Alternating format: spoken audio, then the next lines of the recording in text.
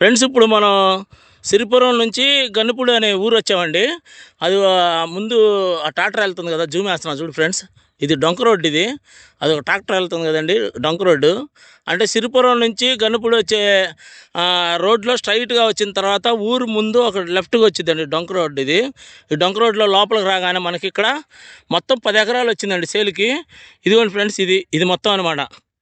ఇది మొత్తం 10 ఎకరాలండి సేల్కి వచ్చింది. అంటే ఈ గనుపూడిలో ఇది మన సిరిపురం నుంచి గనుపూడి వస్తాము. ఆ గనుపూడి ఊర్లో ఉందండి. ఇది మొత్తం 10 ఎకరాలండి, అమ్మడానికి ఉంది సేల్కి. ఇది ఫ్రెండ్స్, ఇది మొత్తం ఇది మొత్తం అక్కడ తెల్లగా ఉంది కదా దున్నిందంతా, ఆ పైన కూడా ఇదంతా కలిపి మనకి మొత్తం 10 ఎకరాలు వచ్చింది సేల్కి.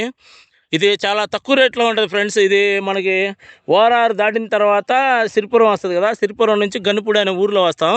ఆ 2.5 కిలోమీటర్లు ఉంటుందండి ఇది గనుపూడి సిరిపురం నుంచి. అయితే ఇక్కడ మనకి 10 ఎకరాలు వచ్చింది. ఇది ఎవరైనా ఇన్వెస్ట్మెంట్ చేయదలుచుకున్న వాళ్ళు ఇది తీసుకోవచ్చండి. 10 ఎకరాలు క్లియర్ టైటిల్ అంతా డాక్యుమెంటు ఇదండి. దీని గురించి ఇంట్రెస్ట్ ఉన్న వాళ్ళు నాకు ఫోన్ చేయండి ఫ్రెండ్స్. మొత్తం 10 ఎకరాలు సిరిపురం దగ్గర, అంటే ఓఆర్ఆర్ దాటాక బ్యాక్ సైడు, మా ఓఆర్ఆర్ అవుట్ సైడ్ అనమాట ఇది. అంటే కొంతమంది ఓఆర్ఆర్ అవుట్ సైడ్ కూడా మాకు కావాలి సార్ అని అడుగుతున్నారు, అందుకని మనం ఇది చేస్తున్నాం. మొత్తం ఇది 10 ఎకరాలండి, ఒకటే బిట్టు. ఇంట్రెస్ట్ ఉన్న వాళ్ళు నాకు ఫోన్ చేయండి. అంటే సిరిపురం నుంచి గన్నుపూడి రోడ్లో ఊరు ఎంట్రన్స్లో లెఫ్ట్కి తిరగాలి. డైరెక్ట్ డొంక ఉందండి, కారు వచ్చింది పొలం దగ్గరికి. డైరెక్ట్ డొంక రోడ్డు ఉంది ఫ్రెండ్స్ దీనికి. ఇదండి దీని గురించి. ఇంకా ఇంట్రెస్ట్ ఉన్న వాళ్ళు నాకు ఫోన్ చేయండి ఫ్రెండ్స్. ఉంటానండి, బాయ్ ఫ్రెండ్స్.